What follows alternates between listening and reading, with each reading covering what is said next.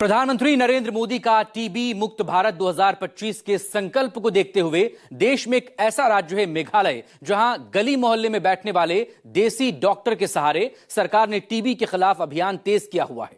दिलचस्प बात यह भी कि इन ट्राइबल डॉक्टर्स को सरकार की तरफ से ट्रेनिंग भी दी जा रही है और स्क्रीनिंग पर 500 रुपए भी दिए जा रहे हैं। चूंकि इस क्षेत्र में अंधविश्वास का बड़ा जाल है, इस वजह से सरकार ने इस एस्पिरेशनल डिस्ट्रिक्ट में अनोखी पहल की है। इस मुद्दे पर न्यूज 24 ने मेघालय के जिला रिभाई के डीसी से खास बातचीत की। भारत सरकार का लक्ष्य है कि 2025 में भारत को टीबी मुक्त कर दिया जाए और इसी के तहत तमाम राज्य अलग अलग तरीके से कदम बढ़ा रही हैं। इसी को देखते हुए न्यूज 24 की टीम अब मेघालय आ पहुंची है और खास करके रिभोई डिस्ट्रिक्ट में, जहां पर हमारे साथ इस वक्त यहां के डीसी हैं अभिलाष बर्णवाल। आइए सीधे उनसे बात करते हैं कि टीबी को लेकर के क्या कुछ खास कदम उठाया गया है, और अगर मैं समझना चाहूं कम शब्दों में तो यूनिक कदम मेघालय में क्या कुछ उठाया जा रहा है। मैडम, टीबी एक गंभीर समस्या है। जैसा कि आपने बताया कि आदरणीय प्रधानमंत्री जी ने भी कहा है कि भारत को 2025 तक टीबी मुक्त करना है, तो मेघालय भी उस दिशा में कदम बढ़ा रहा है। हमने काफ़ी कुछ किया है, खासकर ये जो 100 डेज कैंपेन है उसमें हमने काफ़ी कुछ अलग करने की कोशिश की है जिससे ज़्यादा से ज़्यादा लोगों तक पहुंच सके। जैसे अगर मैं आपको बताऊं कि ट्रेडिशनल हीलर्स होते हैं हर गांव में, तो ट्रेडिशनल हीलर्स वो हैं जिनमें जनरली कम्युनिटीज़ ज़्यादा ट्रस्ट करती हैं, स्पेशली जो इंटीरियर विलेजेस हैं। तो हमने ट्रेडिशनल हीलर्स को ट्रेन किया कि वो इस 100 डेज टीबी कैंपेन में वो योगदान दे सके। वो आज के रेट में स्क्रीनिंग कर रहे हैं, उनको हमने फिनेंशियल इंसेंटिव भी दिया। उसके अलावा हमने वल्नरेबल पॉकेट्स आइडेंटिफाई किए कि इंडस्ट्रियल एरिया हो गया, ऑटो ड्राइवर्स हो गए। हमने उनको कोशिश किया कि वहाँ जाकर हम ज़्यादा से ज़्यादा नंबर्स में टीबी स्क्रीनिंग कर सके, वहाँ से ज़्यादा लोगों को हम प्रिजम्पटिव टेस्टिंग कर सके। इसके अलावा हमने टेक्नोलॉजी को भी यूज़ किया है, हैंड हेल्ड एक्सरेज।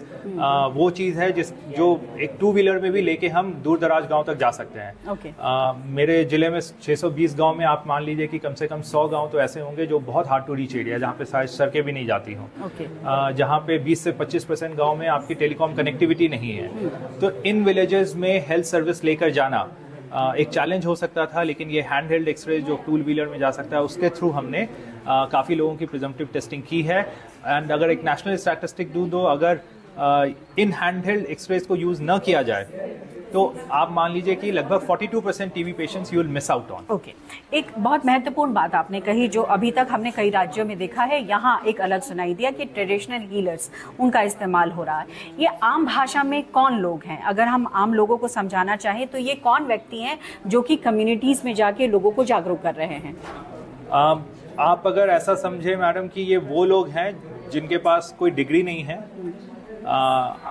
लेकिन ये समाज में दूर दराज क्षेत्रों में हेल्थ की, स्वास्थ्य की कुछ न कुछ सुविधाएं दे रहे हैं। ये वो लोग हैं जो छोटा मोटा उपचार कर देते हैं, भले वो अवैध हो, इलीगल हो, लेकिन ये वो जहाँ पे हो सकता है कि अगर गवर्नमेंट की हेल्थ फैसिलिटी बहुत अच्छे से नहीं पहुँच पाई हो, तो ये वहाँ पर आज के रेट में स्वास्थ्य सुविधा दे रहे हैं। तो जैसे मेघालय में मैंने बताया कि हार्ड टू रीच एरियाज काफ़ी ज़्यादा है, प्लस हेल्थ फैसिलिटीज आज एक्सपैंड कर रही है, लेकिन traditional healers have traditionally the reason why they are called traditional healers because traditionally they have been healing people. So they already enjoy some sort of trust and confidence from the people. खास करके north east में अगर हम बात करें तो communities बहुत strong होती है, जो आप भी जिक्र कर रहे हैं, और कहीं ना कहीं उनके अंदर एक स्ट्रांग अंधविश्वास भी होता है। उसको ब्रेक कर पाना कितना बड़ा चैलेंज है, खासकर की टीबी की बीमारी को लेकर के, क्योंकि मेघालय को कहा जाता है कि सबसे प्रमुख बीमारियों का जो खतरा है वो टीबी का ही है। आपने बिल्कुल ठीक कहा। मेघालय में कम्युनिटीज़ बहुत स्ट्रांग है। इनफैक्ट कम्युनिटीज़ को साथ लिए बिना आप यहाँ पे कुछ भी नहीं कर सकते। लेकिन हाँ, ये भी उतना ही सच है कि कम्युनिटीज़ कई बार अंधविश्वास का भी शिकार होती हैं, खासकर उन जगह में जहाँ पे अभी तक मॉडर्न एजुकेशन उस स्तर तक नहीं पहुँचा हो, या जो बहुत हार्ड टू रीच एरियाज़ हों। तो और वहीं पे सबसे ज़्यादा ज़रूरत भी होती है इन फैसिलिटीज़ की। तो हमने उनमें कोशिश की है कि उन लोगों को साथ लिया जाए जिन पे कम्युनिटी जनरली ट्रस्ट दिखाती है। जैसे हमने ट्रेडिशनल हीलर्स को साथ में लिया, जैसे हमने CGHS होते हैं हर SHG में, तो हमने उन CGHS के थ्रू टीवी की मैसेजिंग कराई है, so that the community comes along और एक जो ट्रस्ट और कॉन्फिडेंस, जो उनका अंधविश्वास दूर हो और एक ट्रस्ट वो दिखाएं हम लोग मतलब मॉडर्न मेडिसिन सिस्टम में, और आगे आए टीबी स्क्रीनिंग के लिए। अंतिम सवाल करूंगी, क्योंकि नॉर्थ ईस्ट का इलाका है, ऐसे में गवर्नमेंट जब रीच आउट करती है तो सबसे बड़ी प्रॉब्लम क्या होती है, क्या क्या रिएक्शन मिलता है उनका? आपको अगर मैं कोविड का एग्जांपल दूं, तो जो सबसे, जब गवर्नमेंट ने शुरुआत में रीच आउट किया, गवर्नमेंट के पहुंचने से पहले जो र्यूमर्स थे, जो अफवाहें थी, वो फैल चुकी थी। तो पहला रिएक्शन होता है, अगर कोई नई चीज़ आ रही है तो नो, कि उन्हें नहीं लेना है। लेकिन अगर लगातार आप मैसेजिंग करते रहिए तो फिर उनका दूसरा रिएक्शन होता है, आज नहीं लेंगे, हम लोग सोच के बताएंगे।